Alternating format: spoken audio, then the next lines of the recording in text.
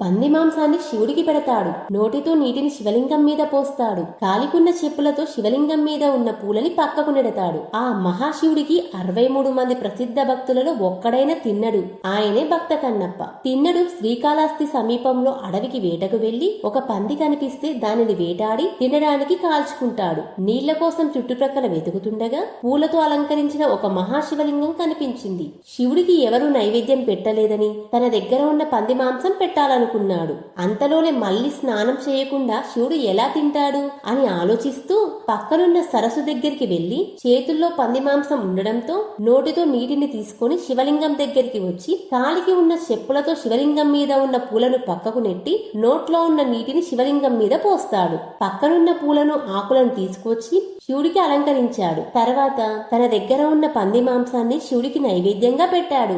అప్పటి నుంచి తిన్నడు ప్రతిరోజు అలా చేయడం మొదలు పెట్టాడు. అలా ఒకరోజు తిన్నడు రోజులాగే చేతిలో మాంసం, నోట్లో నీళ్లు మరియు పూలతో వచ్చాడు. పూలతో అలంకరించిన తర్వాత తాను తెచ్చిన పంది మాంసాన్ని శివుడికి నైవేద్యంగా పెట్టాడు. కాని శివుడు తినలేదు.